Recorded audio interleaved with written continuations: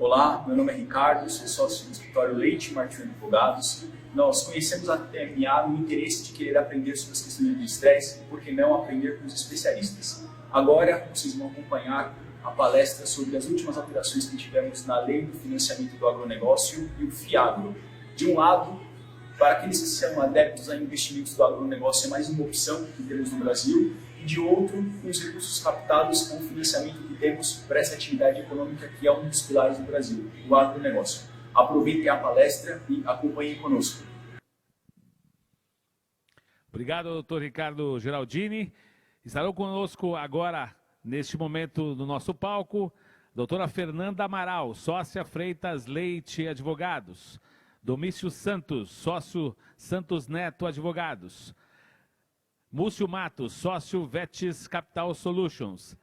E Cláudio Orenga, head jurídico Ecoagro. Na relatoria, Priscila Camargo, sócia, doutora Priscila Camargo é sócia Ernesto Borges Advogados, com o tema Últimas alterações da Lei do Financiamento do Agronegócio e o FIAGRO.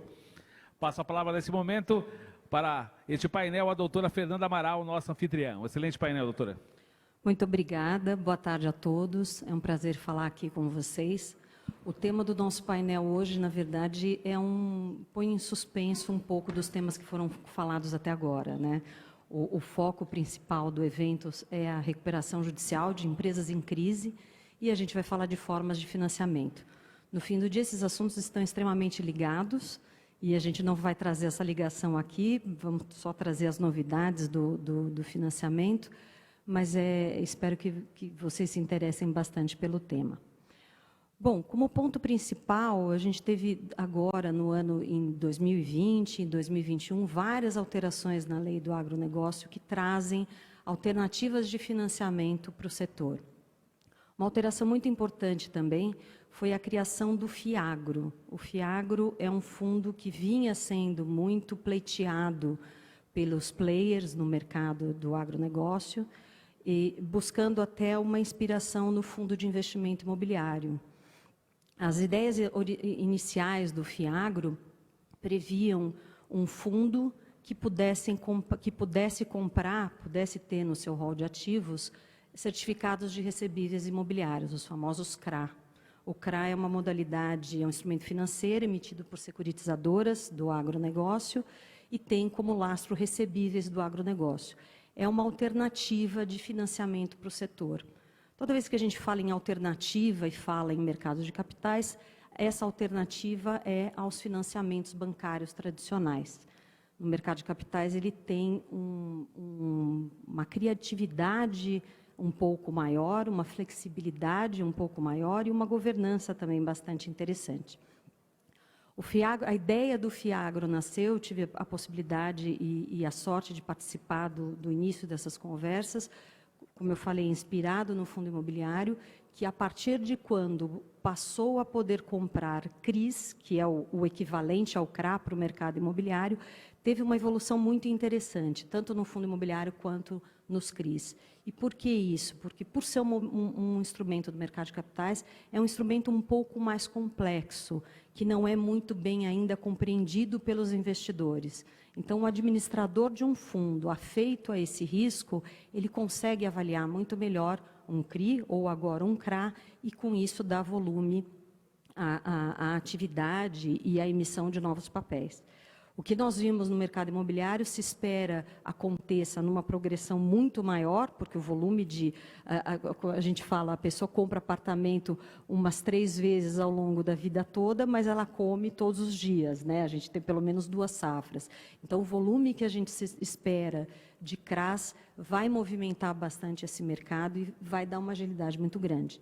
Um outro fator muito interessante verificado com essa popularização dos investimentos, lembrando que o CRA é um instrumento que conta com isenção fiscal para pessoas físicas, buscou-se essa mesma isenção para o FIAGRO, isso foi obtido, então espera-se que o produto evolua de uma maneira muito satisfatória. Então, as emissões de CRA já saem com o comprador, que vai ser o FIAGRO. A lei do FIAGRO, ela alterou a mesma lei do fundo imobiliário e a CVM regulamentou o FIAGRO em caráter experimental ainda, agora em julho, por meio da Resolução 39, e hoje a gente já tem, a partir de 1º de agosto, já podemos ter emissões de FIAGRO não completos, como eles podem vir a ser, de acordo com o previsto na lei, mas já começamos a ter uma boa experiência. Então, o que a gente vai falar hoje aqui nesse painel é sobre o FIAGRO e sobre as novas alterações que vão movimentar esse setor.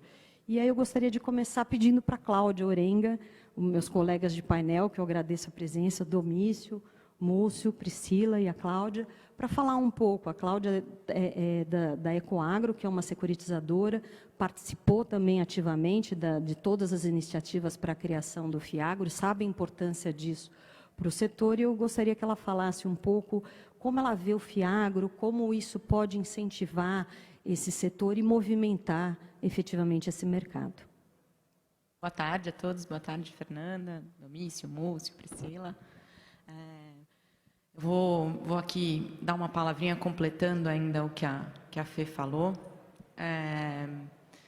O espelho, né, a inspiração, tanto do CRA quanto do FIAGRO, indiscutivelmente veio do mercado imobiliário, né? E foi interessante porque o primeiro CRA emitido, então, a legislação que criou esse título CRA, ela foi promulgada em 2004. O primeiro CRA foi emitido, público, né, emitido só em 2009.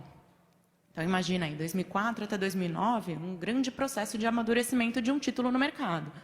Não só do título, porque o título, a gente faz, assim, o título ele é relativamente simples, é um documento, então tem todo o regramento na lei, mas qual é a aceitação do mercado para isso, né?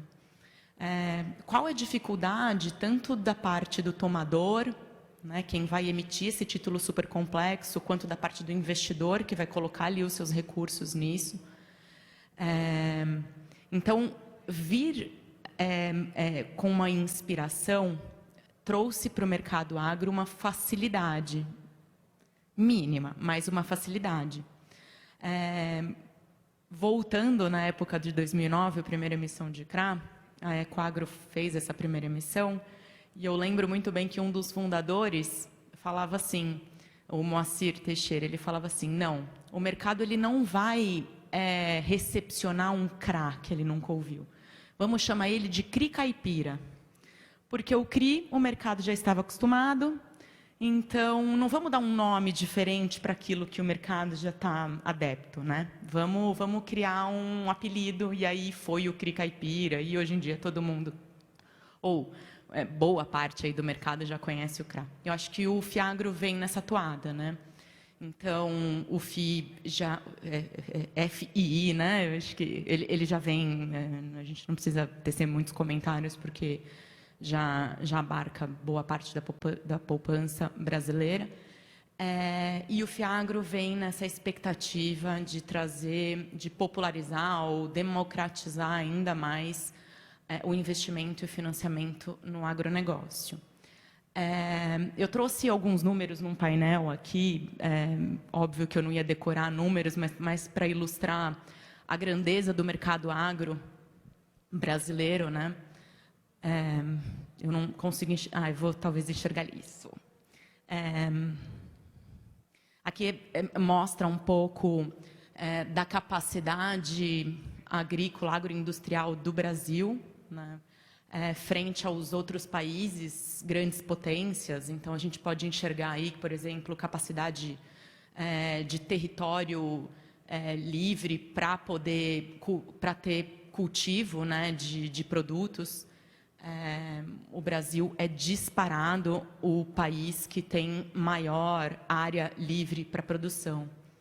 A gente vê Índia aí quase não tem, China também não, até os Estados Unidos boa parte já está tomada, então até o consumo de gado e até alguns consumos agrícolas do Brasil se deve não à incapacidade de produção desses países, mas sim à falta de local para que esse cultivo seja feito, né? Porque ele já está tomado.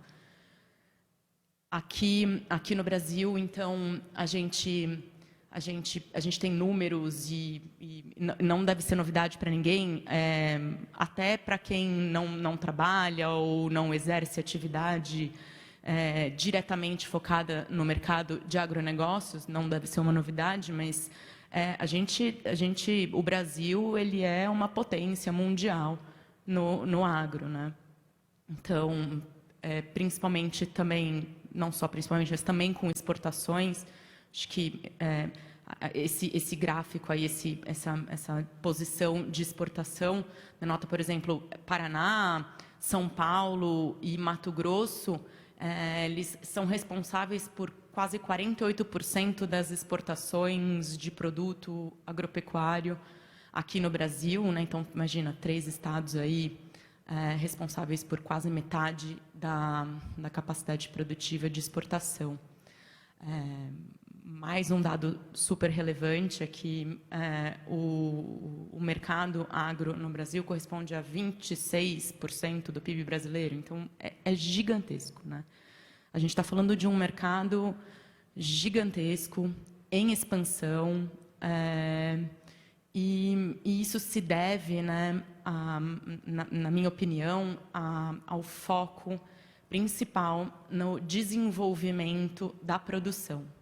Então, no desenvolvimento da produção, a gente fala em tecnologia, a gente fala em responsabilidade ambiental, a gente fala em educação e informação para as empresas, para os produtores. Então, esse arcabouço aí de características, eu acho que levou ao amadurecimento do mercado agro, para que, nesse momento, a gente possa ampliar essas redes de financiamento, né? E quais são essas redes de financiamento? Então, o produtor ou a empresa, eles se financiam com bancos, alguns com capital próprio, com cooperativas, revendas, distribuidores, trades, enfim, tem uma série de financiamentos, mas uma certeza a gente já tem, né? De uns anos para cá, enfim, de alguns e muitos anos para cá, o subsídio do governo para o mercado agro está cada vez reduzido, né? Ele vem reduzindo e isso aumenta cada vez mais a necessidade do mercado se financiar no mercado de capitais. Então, tomar esses recursos no mercado de capitais. É nessa toada, nessa linha, que acho que o CRA veio trazer uma solução de extrema importância para o mercado de capitais. Então, acho que no gráfico anterior até eu passei aí uns índices e uns dados do crescimento do CRA, das emissões de CRA, das estruturas de CRA, da robustez que é a estrutura de CRA e da confiança no mercado já nesse título. E o FIAGRO veio aí com uma grande inovação, né, no mercado para trazer ainda mais diversificação de investimento. Então, na minha opinião, e eu acho que a gente compartilha, né, Fernanda, acho que todos aqui compartilham da mesma opinião, de que é um instrumento que vai fomentar ainda mais o mercado agro, trazer mais possibilidades de investimento, tanto para o investidor, óbvio, mas também para o mercado captar recursos e se tornar cada vez mais competitivo no Brasil e fora, né?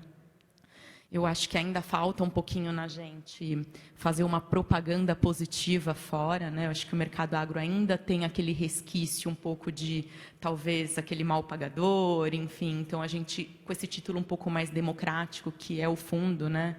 Ele vai, talvez, trazer para a gente essa propaganda positiva de um título e de um investimento direto, né, no mercado de capitais, sem a intermediação bancária, para que a gente consiga cada vez mais fomentar esse mercado. Acho que é um pouquinho... O Domício vai falar um pouco sobre, propriamente, a lei, a criação, os tipos. Eu até trouxe aqui e vou compartilhar o material, mas um contexto geral sobre o FIAGRO e sobre a criação dele e a importância dele foi dada aqui. Obrigada. Muito bem. Domício, acho que vale a pena você fazer uma divisão, Domício e Múcio, fiquem à vontade, como está o FIAGRO hoje regulamentado pela CVM, né? Como eu mencionei, a CVM fez uma regulamentação em caráter experimental. Então, embora a lei preveja uma série de ativos que podem compor o patrimônio do FIAGRO, hoje nós não temos disponível na regulamentação da CVM um único FIAGRO que possa comportar todos esses ativos. A CVM segmentou, né, nessa resolução 39, e hoje nós podemos ter FIAGRO imobiliário, FIAGRO FIP, que é o Fundo de Investimento em Participações, ou FIAGRO FIDIC. Então, eu queria que você falasse um pouquinho sobre isso e eventualmente, nos dissesse quais são as oportunidades que você vê para cada uma dessas modalidades. Bom, primeiramente, gostaria de agradecer a TMA pelo convite. Me sinto muito honrado de poder participar desse painel, com meus colegas aqui em carne e osso, né, não mais virtuais. Eu concordo com a Cláudia, eu acho que, e com você também, Fernanda, né, qual que é o propósito, né, do FIAGRO? O que se buscou com a lei do FIAGRO? E eu acho que o FIAGRO veio na linha da lei do agro, né, a lei do agro de abril do ano passado, ou seja, incrementar o fomento do agronegócio, né? E o FIAGRO, pela natureza dele, a gente vai explicar um pouquinho aqui, ele é considerado, ou vai ser considerado um dia como hedge fund do agro, né? Na verdade, embaixo do mesmo guarda-chuva, você vai poder fazer investimentos em diversas modalidades de ativos, né? Na própria exposição de motivos da Lei 14.130, né, consta expressamente que o agro demanda uma transição do financiamento baseado no crédito público, né, da subvenção governamental, para o crédito privado. E por crédito privado, né, a gente tem que entender mercado de capitais, né? O mercado de capitais aqui no Brasil, ele vem crescendo bastante nos últimos anos, ele tem potencial para crescer muito mais. O agro, como a Cláudia falou, representa 26% do nosso PIB, então, com certeza absoluta, o agro vai representar uma parte significativa, né, das operações de mercado de capitais aqui no Brasil, né? A gente está caminhando para isso. Só que a lei do FIAGRO, ela nasceu meio torta, né? Ela nasceu meio esquisita, né? Desde a edição dela, em março, ela já veio com alguns importantes vetos presidenciais, né? Tirando todo o benefício tributário do FIAGRO. Quer dizer, o FIAGRO, então, se tornaria um instrumento inútil, né, sem esse benefício tributário. O Congresso derrubou esses vetos.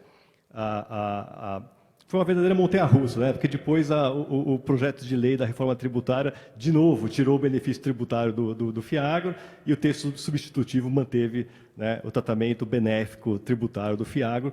Ele se tornou um instrumento, um produto interessante no mercado. Sem isso, realmente, acho que ele não vingaria, né?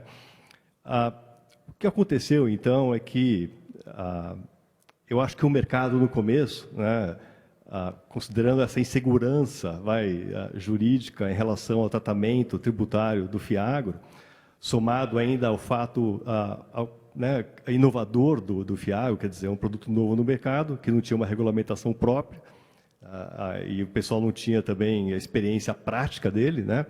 Era muito comum em algumas operações, algumas transações, a gente criando ali FDICs ou mesmo FIPs, né?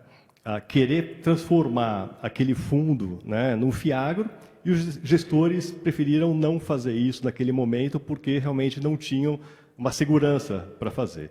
E aí veio a CVM, que andou super bem, eu entendo, né? E a CVM disse expressamente, olha, eu entendo a importância do FIAGRO para o setor do agro, eu entendo que assim, é necessária uma regulamentação própria para o FIAGRO deslanchar. A CVM diz que ela não tem condições de fazer isso agora, porque essa regulamentação depende de estudos mais aprofundados, depende de audiência pública, e a CVM não tem pauta para isso nesse ano, eles estão muito mais focados, na verdade, na nova regulamentação das ofertas públicas e dos fundos de investimentos, né? Então, quer dizer, o FIAGRO vai entrar ali na fila, mas para não deixar o mercado sem um norte, né, a CVM regulamentou pela Resolução 39, né, em caráter transitório e experimental o FIAGRO, né? E o que ela fez, a CVM? Ela criou ali 3 caixinhas, né, porque os ativos que o FIAGRO pode investir, eles tangenciam de uma maneira muito próxima outros fundos de investimentos, né? Então ela dividiu esses ativos, né, em 3 caixinhas e colocou cada, né, tipo de FIAGRO no seu quadrado, né? Ou seja, FIAGRO destinado à aquisição de direitos creditórios, ele vai se regular pelas normas do FIDIC, né, a 356. FIAGRO destinado à aquisição de imóveis, ele vai se regular, né, pelas regras do FII, né, Fundo de Investimento Imobiliário, que é 472. Né? E o FIAGRO de participação societária ou debêntures, enfim, ele vai se regular pelas regras do FIP, né, que é a 578. Foi isso que fez a CVM, e eu acho que ela fez super bem. Depois disso, o mercado ficou mais tranquilo, né, com relação à possibilidade de utilização do FIAGRO, né, tiveram mais coragem de utilizar esse fundo, que realmente é super interessante, mas, por outro lado, a CVM não permitiu a coisa mais importante do FIAGRO, né, que é o que ele é considerado hedge fund do agro. O que é? É justamente a possibilidade, no mesmo fundo, você investir em uma gama, uma série de ativos, né? Então, o fundo pode adquirir um imóvel, poderia participar de empresas, né, ligadas ao setor agroindustrial, evidentemente, adquirir direitos creditórios, quer dizer, dentro do mesmo guarda-chuva, dentro do mesmo fundo, a gente poderia fazer uma série de investimentos, né? Isso não é possível, eu entendo até a CVM, realmente, talvez isso careça de uma regulamentação mais profunda, né? Mas esse é o grande atrativo do FIAGRO, né? Quando vier essa regulamentação, acredito que a CVM deve seguir o que consta da lei. A lei fala expressamente que o FIAGRO pode, de forma isolada ou conjunta, né, aplicar nesses ativos. Mas vamos aguardar. O bom é que, assim, como a Cláudia falou, o CRA demorou muito tempo para ser regulamentado, né? Eu não acho que vai acontecer isso com o FIAGRO. Assim, a CVM foi super rápida, em pouco tempo, acho que em junho, né, julho, trouxe essa regulamentação provisória, né? E eu acredito sim que a CVM está engajada para poder trazer mais rapidamente a regulamentação definitiva do FIAGRO. Eu acho, Fernando, concordo com você, tá? Eu acho que o FIAGRO vai ser para o agro aquilo que o FII foi para o mercado imobiliário, com certeza. Ele demorou, a CVM lá no CRA, para se manifestar de 2004 a 2008. Dessa vez foi um mês, eu achei o máximo. Então, E até sair a verdadeira instrução do CRA demorou CRA ainda também mais, demorou né? ainda mais. Então, acho que o avanço está indo bem. Exatamente. E aí a gente vai poder ter dentro do FIAGRO, inclusive, a CPR Verde, que é uma outra novidade que regulamentada recentemente, né, agora em setembro, né? E eu queria que o Múcio falasse um pouquinho sobre a CPR Verde, o que você acha que isso vai movimentar, porque além do financiamento em si, tem um aspecto de sustentabilidade bastante interessante que tem que ser observado na CPR Verde, né? Boa tarde a todos. É um prazer estar aqui. Eu agradeço. Oi. Boa tarde a todos. É um prazer estar aqui presente. Eu agradeço a TMA e cumprimento aqui os painelistas. Acho que antes de entrar na CPR Verde, eu vou só complementar um pouco o que o Domício e a Cláudia falaram, né?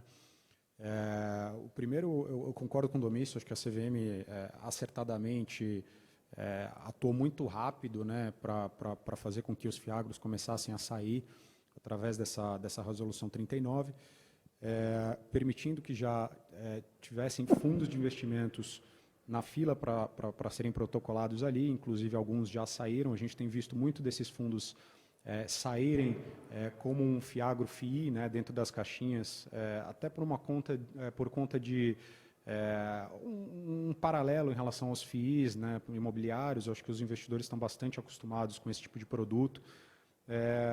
Mas a gente certamente, do lado aqui das gestores, eu acho que do lado do mercado de capitais, gostaria de fato de ver nesse próximo passo da CVM, a gente de fato ter um produto que ele não tire o que a lei trouxe para a gente, que é essa polivalência, né? O fato de você poder ter um hedge fund dentro do setor agro, que você possa combinar os diversos produtos ali dentro. Então, acho que isso vai ser muito interessante ver os próximos passos.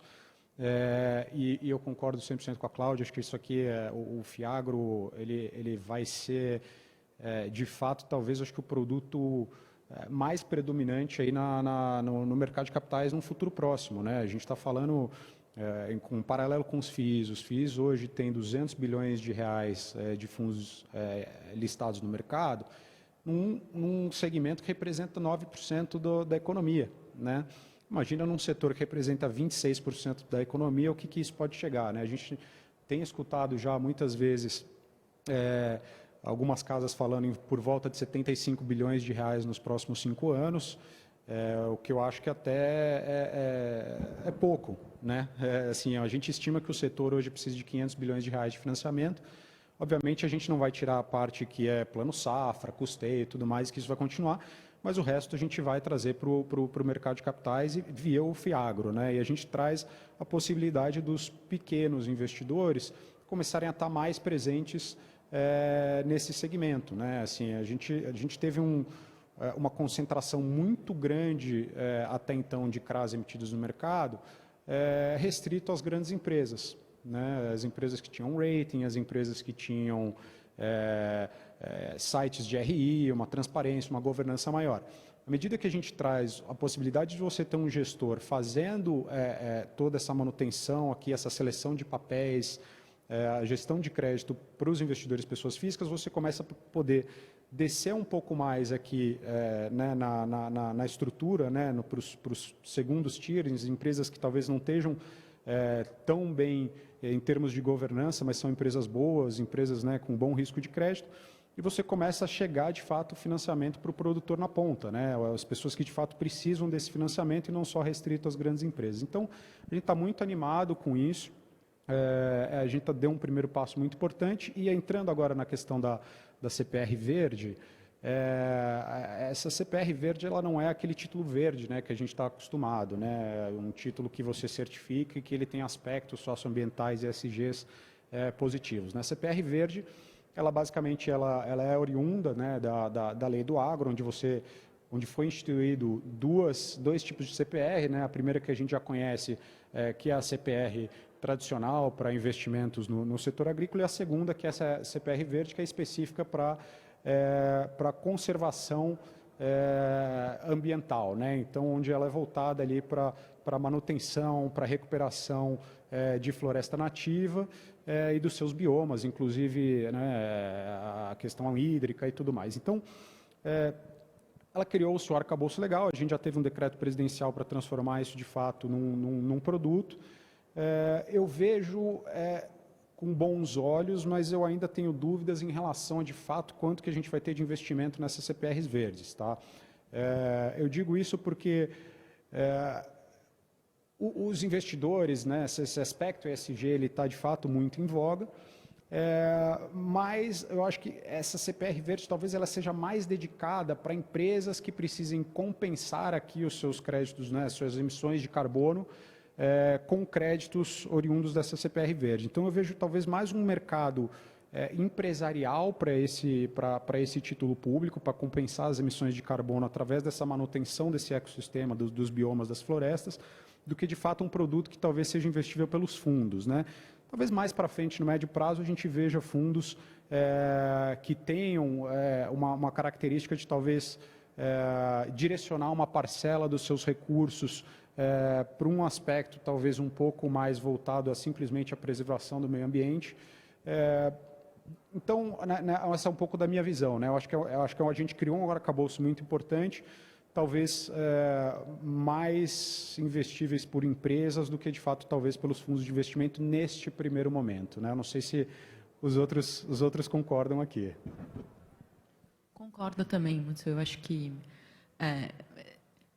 um paralelo a todos os títulos novos, a CPR Verde também é um deles que vai precisar de um amadurecimento de mercado, das empresas, entender como funciona, entender como que é a oferta, a precificação, enfim, tudo isso para a gente poder inseri-lo aí num mercado de capitais direto e mais aberto. Concordo também. Mas eu, sim, só colocando, né, um ponto, eu acho que faz parte de todo esse processo, né, de legislação e de criação que a gente está fazendo dentro do agro, porque você vê, em 2 anos aí, né, tiveram tantas criações, tantas regulamentações que a gente não via em anos, né, sempre essa legislação do agro foi muito precária e tinha-se muita dificuldade de se acessar, de falar em alternativas de financiamento, por conta desse buraco, né, dessa obscuridade de como isso iria funcionar. Então, eu acho que, no fim do dia, a gente está ganhando musculatura para poder justamente viver um agro que a gente vê uma potência grande, né, já, mas que daqui 10 anos é algo inimaginável, né, é o dobro. Se pensar que, segundo dados da CNA, o Brasil tem que aumentar 30% da sua produção nos próximos anos, né, para poder atender a demanda alimentícia do mundo, e que o subsídio, né, como a Cláudia disse, está ficando menor, e a gente precisa entender que assim, as duas coisas andam juntas. Ninguém está dizendo que não vai mais usar subsídio e o crédito bancário, né, mas que tem espaço para muito mais. Então, quando a gente fala em enfiar a brincadeira do CRA, e é verdade, né, começa a ficar, assim, as duas áreas começam a dialogar de forma mais amistosa, e eu acho que é daí que surgem as oportunidades. Então, assim, só trazendo uma contribuição, tanto do FIAGRO quanto, né, dos títulos, eu acho que o importante é a gente ganhar esse amadurecimento, para poder trazer a aproximação, para a gente poder ir falando em educação e governança, né? Todos esses títulos têm uma coisa em comum: trazer mais transparência, trazer, né? A gente não tem dúvida da eficiência do produtor porteira dentro, e agora a gente está falando de um universo, a gente quer trazer isso em números porteira fora.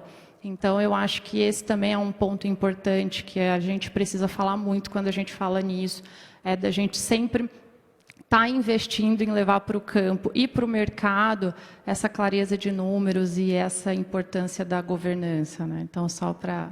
Se você me permite, eu acho que talvez nesse aspecto de governança, eu acho que essa é o principal obstáculo para a gente conseguir fazer esse produto crescer, né?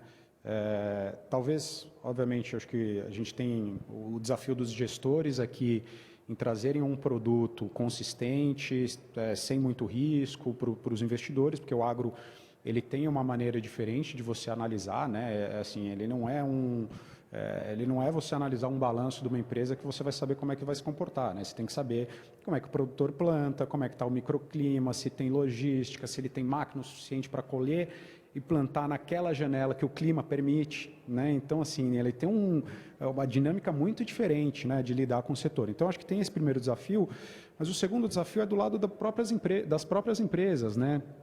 Entender um pouco mais como funciona o mercado financeiro, trazer uma governança, um balanço auditado. A questão de sucessão é muito importante no agro, né, porque a gente vê muitas empresas de dono e que não tem um processo sucessório, né, de administração independente. Então, enfim, tudo isso, esse diálogo ele tem cada vez mais acontecido, tem se aproximado, então a gente vai ver isso acontecendo, mas de fato é um processo que precisa de maturação, né? Então, outra coisa talvez que é um ponto importante para a gente ver o FIAGRO deslanchando é a questão do desenvolvimento do seguro no agro, né? Que ainda é muito pouco utilizado no Brasil, e lá fora a gente tem isso de forma muito abundante, né? Então, obviamente que com linhas de financiamento cada vez mais longas e adequadas, que é o que o FIAGRO permite para o setor, você consegue sair um pouco da ciclicalidade do negócio do agro, né? Mas trazendo outros instrumentos também, perto de tecnologia, né? Então a gente vê muitas fintechs trazendo análise de monitoramento e todo esse ecossistema que a gente está criando por trás, né? E tudo advém da lei do FIAGRO e da possibilidade da gente trazer capital privado para esse setor, né? Então a gente está criando um ecossistema muito bacana para um setor que, de novo, né, é o carro-chefe do Brasil. Nos últimos 20 anos, acho que tiveram talvez 3, 4 ocasiões em que o setor não cresceu, né? Então, acho que é muito bacana esse diálogo que tem acontecido direto na ponta com os produtores e o mercado financeiro, né? É uma dificuldade do seguro, né? É precificar o risco hoje aqui no Brasil. Então, e o mercado de capitais busca muito isso, né? Então, realmente é um efeito colateral benéfico para toda a cadeia. Talvez até onde a gente o governo vai atuar também mais na questão de seguro agrícola, né? Ele vai, possivelmente, é o que a gente vai enxergando, ele vai focar muito mais no subsídio de agricultura familiar e seguro agrícola e deixar que aqueles médios, grandes ou os mais estruturados se financiem no mercado financeiro de capitais. Vocês falaram, eu acho que é exatamente isso, né? Junção de tecnologia, desenvolvimento para que a gente não precise desmatar para poder aumentar a produção. Então, nesses anos, eu acho que essa questão de tecnologia que você comentou, Múcio, foi, eu acho que é o grande segredo, né? A governança, que também acabou de falar. Mas algo muito importante que eu acho que é legal ressaltar foi a política de Estado que o Brasil vem fazendo nesse setor, né? Que acho que em nenhum outro setor vem sendo feita uma política de Estado da forma que vem sendo feito no agronegócio. Então, também é de se ressaltar, porque a gente não estaria aqui falando de ampliação de formas de financiamento se a gente não tivesse tido a oportunidade de ser, enfim, de ter sido apresentadas essas políticas de Estado, aceitas, nas suas montanhas russas devidas, concordo, mas que de 2, 3 anos para cá, a evolução dessas formas de financiamento foi bastante relevante. Sem dúvida. Quer complementar, Domício? Sim, eu concordo com o Múcio, né? Eu acho que com relação à CPR verde, e aqui a gente tem que diferenciar um pouquinho, né? Distinguir essa CPR verde, que ela tem um propósito específico, dos títulos verdes, que é uma outra coisa diferente, ou empréstimos sustentáveis, né? Os empréstimos sustentáveis ou títulos verdes, normalmente você tem ali uns KPIs, né? Umas metas, e se a empresa atinge aquelas metas sustentáveis, né? Existe uma redução da taxa de juros, um certo benefício ali da condição financeira, econômica da transação. A CPR verde é uma outra coisa, né? Não é um título verde, lógico, mas é um outro bicho, é um outro animal, né? E até gozado, Fernanda, porque a CPR verde não foi criada agora, ela foi criada no ano passado com a Lei do Agro, né? Já existia. E a Lei do Agro, ela diz que considera produto rural, né? Aquele produto decorrente da atividade de conservação florestal, por exemplo, né?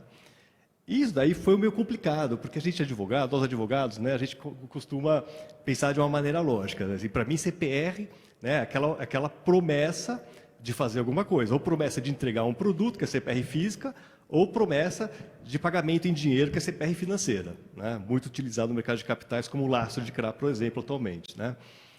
Agora, qual que é a obrigação da CPR verde? Não existe uma obrigação, porque assim, que título que é esse, né, CPR? É exequível? Né? Eu consigo executar? Eu acho que não, acho que na verdade é um título representativo, né? E esse produto rural, né, que a Lei do Agro traz, na verdade, é o crédito de carbono, né? O crédito de carbono decorrente da redução de emissão de gás de efeito estufa, né? Então, assim, eventualmente você vai emitir uma CPR representativa de tantos créditos de carbono. Crédito de carbono, cada crédito equivale a 1 tonelada, né, de gás carbônico, né, não colocado no ambiente. Mas, assim, eu não sei se é um título de crédito como é a CPR, né? Porque para mim é mais um título representativo de um crédito de carbono, mais perto de uma tokenização de crédito de carbono do que de um título de crédito CPR efetivamente, propriamente dito, né? Eu confesso que, assim, na minha visão, eu não vejo esse título pagando juros ou principal, né? Eu vejo assim, alguém que queira destinar dinheiro para a manutenção de uma floresta e, com isso, obter os créditos de carbono que sejam certificados, né? Então, estrangeiros pelos produtos do agronegócio aqui no Brasil. É espetacular, né? Só cresce. Então, o interesse, todo esse amadurecimento trouxe também o interesse e a confiança cada vez maior nesses títulos. Óbvio, na minha opinião, eu acho que o FIAGRO ele veio para trazer mais essa democratização. Eu costumo falar e dar o exemplo da minha tia Clarice, sei lá. Eu uso ela porque ela é uma fofa, que cuida de casa, enfim. Então, quando a gente fala para ela e fala, ai, tia, coloca o seu dinheirinho que você ganha num CRA. O quê, filha? Agora, fala para ela colocar num fundo, ela se empolga, né? Então, ela é gostoso de escutar, então, é familiar para ela. Então, eu acho que o FIAGRO vem nessa questão para atingir ainda mais o investimento popular, né? Mas o investidor está cada vez mais interessado no agro, né? Eu vejo por amigos, colegas, familiares falando muito mais. A pandemia, eu acho que trouxe um pouco disso, né, para o mercado. Inacreditável. Depois da pandemia, todo mundo só fala em agro. Eu acho demais. Você sabe que eu acho que a Globo contribui com aquele agro é pop, agro é tech, agro é tudo, quando a né? gente fala que a gente trabalha no agro é pop. Eu acho muito incrível, é muito legal mesmo essa publicidade positiva do agro que a gente vem, eu acho que o mercado como um todo vem construindo. Mas a gente sempre volta um pouquinho no FIAGRO. Queria só colocar aqui um ponto, que acho que o Múcio chegou a comentar, passou por isso. O que a gente está vendo interno de investimento, de procura no FIAGRO, porque a gente já está aí, eu acho que saiu no Valor Econômico essa semana, que já tem mais de 11 FIAGROS protocolados, 20, né? Mais de 20 né? FIAGROS protocolados, dos quais, na pesquisa que eu fiz ali, dos quais mais ou menos uns 80% a 90% ele está focado no FIAGRO-FI, né? Aí a gente entra, eu acho que válidas críticas que talvez o ideal seria que a gente fizesse a gente pudesse fazer um fundo no qual o estruturador pudesse optar por qualquer título dele e não delimitar nas caixinhas dos fundos que já existem. Mas hoje eu acho que o principal fator para a escolha, né, do FI, do FIAGRO FI, né, se deve dois fatores principais aqui. Um é porque ele pode ser colocado aí para investidor de varejo, né, não necessariamente só para qualificado, e aí você tem essa limitação no FIP e no FDIC, que aí eu acho que inibe um pouquinho. E também, né, nesse título popular, né, que eu acho que o brasileiro como um todo está bem acostumado nos fundos, aqueles rendimentos mensais, trimestrais, enfim, que pinga ali na conta periodicamente. Então, a gente vem ouvindo uma demanda de mercado muito mais nesse sentido, mas que pode ser temporária, eu acho que é temporária e que isso vai se expandir, mas a princípio acho que boa parte desses FIAGROS protocolados, enfim, que vão sair ao mercado, vem na linha do FI. E mais que isso, né, não vem só na linha do fundo imobiliário, porque no fundo imobiliário, o paralelo do FIAGRO com o FI, a gente poderia investir em imóveis também, né, em imóveis rurais, enfim, em cotas de outros fundos. E esses fundos que a gente até pesquisou e que vem protocolado, ele vem em fundos de CRA mesmo, né, de papel, nos quais eles vão adquirir CRA. Então, CRA e LCA. Eu acho que muito mais focado no CRA, o LCA ali para fazer uma aquisição num período de venda e compra de papel. E aí os motivos são enormes, né? A gente tem no CRA ali todo o arcabouço de players que estão atuando. Então, além do gestor do fundo, além do administrador do fundo, do custodiante do fundo, quando você adquire um papel, né, um título de CRA, você conta com agente fiduciário, custodiante, a própria securitizadora, que faz toda a questão de estruturação, muitas vezes, né, passou ali por um coordenador líder, tem toda uma estrutura de análise, de entendimento daquele papel. Então, acho que no mercado o pessoal foi pelo lado mais seguro num primeiro momento, né, para partir aí para o conhecimento dos demais. Não sei se é a opinião, se vocês partilham ainda esse entendimento. Mais consolidado também. Mais consolidado, né? também. Então... E os estrangeiros? E o CRA em dólar? Tem atraído? O CRA em dólar também tem uma novidade aí fresquinha, né? Que foi...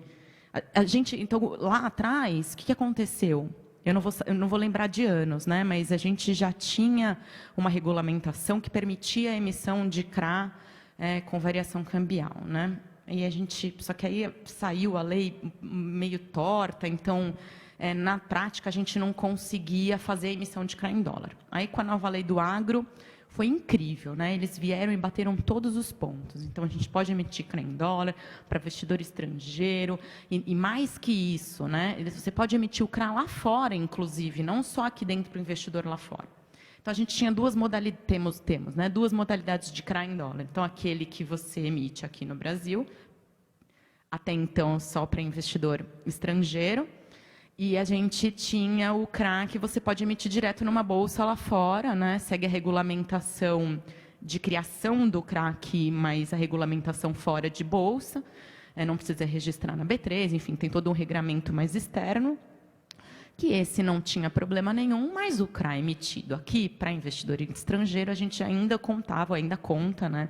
Com uma insegurança com relação à tributação sobre variação cambial quando você faz o ROF para colocar o dinheiro lá fora, né, devolver o dinheiro para o investidor. Então, não só a tributação em cima do rendimento, né, mas a tributação na variação cambial, que aí poderia trazer insegurança, inclusive jurídica e financeira, enfim, para aquele adquirente. A gente não encontrou muito no mercado investidor estrangeiro a fim de topar esse risco de variação cambial. Aí, recentemente, o Conselho Monetário Nacional permitiu aí que o CRA fosse emitido com variação cambial aqui no Brasil, mas para investidores residentes.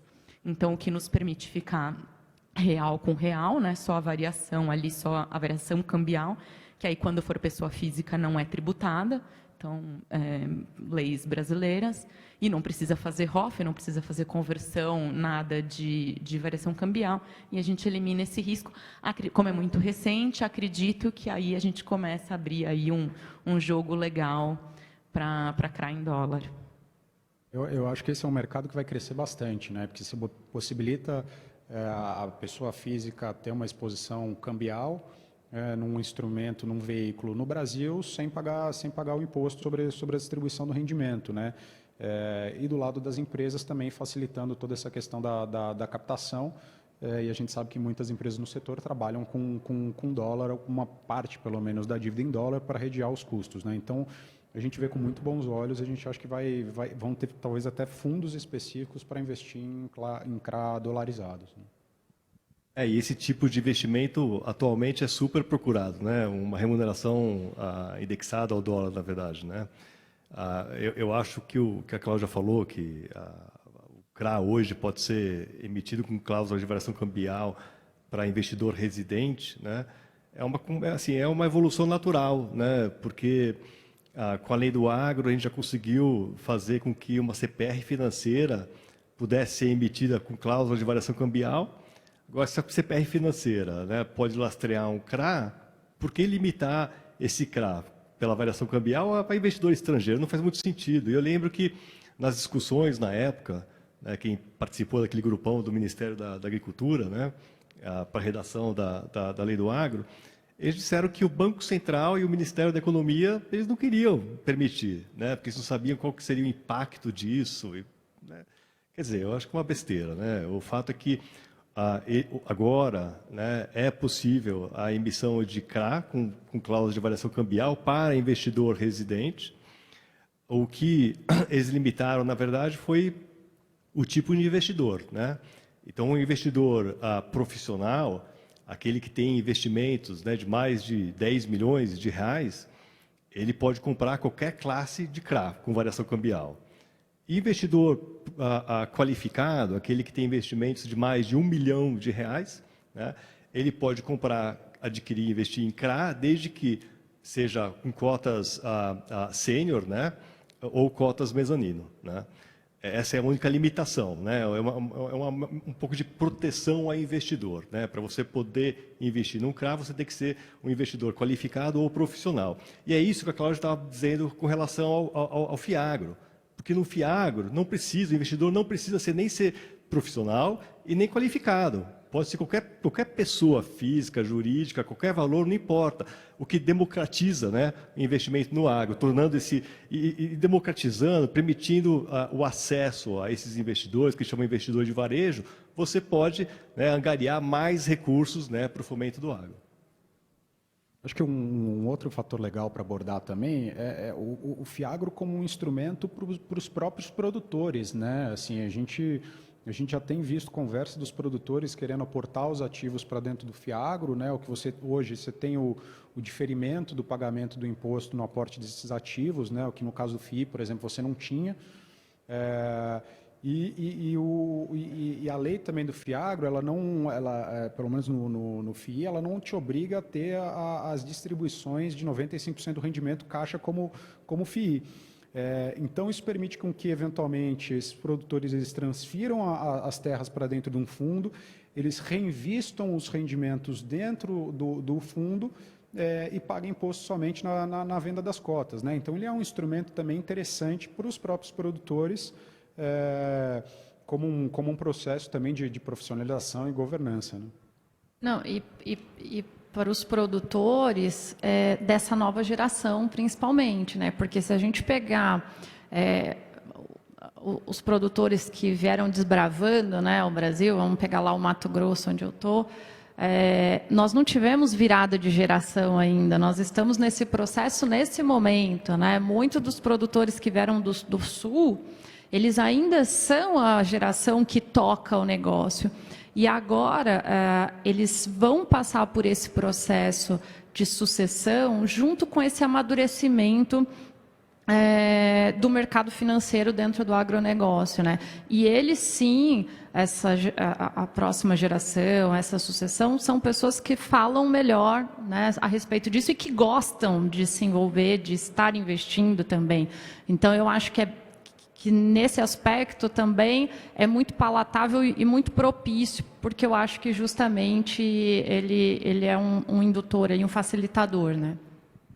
Eu acho que existe essa vantagem, Múcio, que você disse, e também outras duas vantagens, né? Uma, que em comparação com o FII, é que ele não paga, né, o proprietário do imóvel que transfere o imóvel para o Fiagro, né?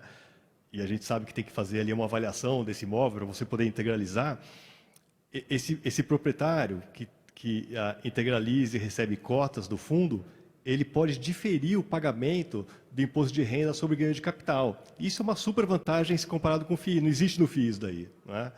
E também quando esse proprietário ele se torna detentor de cotas do Fiagro, né, mais de 25% das cotas totais, o Fiagro, diferentemente do FII, não precisa ser tributado como pessoa jurídica, né, que é outra vantagem. É por isso que talvez, eu não sei, mas é por isso que hoje nós temos 20 Fiagros registrados.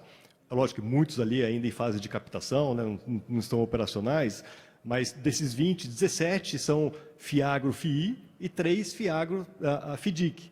E nenhum Fiagro FIP. Eu não sei porquê, mas assim, talvez porque o Fiagro FII, além de adquirir o imóvel, também pode investir em CRA. Então, ele consegue abranger as duas formas, né, de investimento. Talvez tenha um pouquinho mais de flexibilidade que os outros fundos. Né?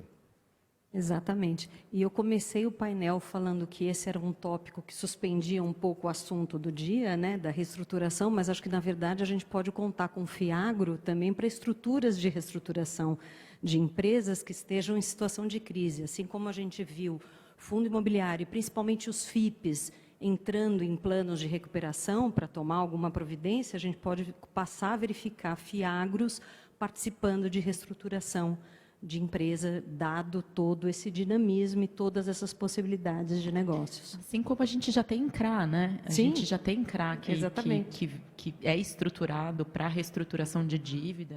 Exatamente. Acho que aqui os temas se encontram e a gente volta para o tema principal. A gente tem um caso prático, Fernando, né? aqui, assim, é uma empresa do agro, né? O acionista tem 85 anos, que ele quis fazer um planejamento sucessório ali, né? Ele tinha terras, né, ações, ele viu o Fiagro e falou, olha, eu quero montar um Fiagro para colocar tudo que eu tenho no Fiagro. Né?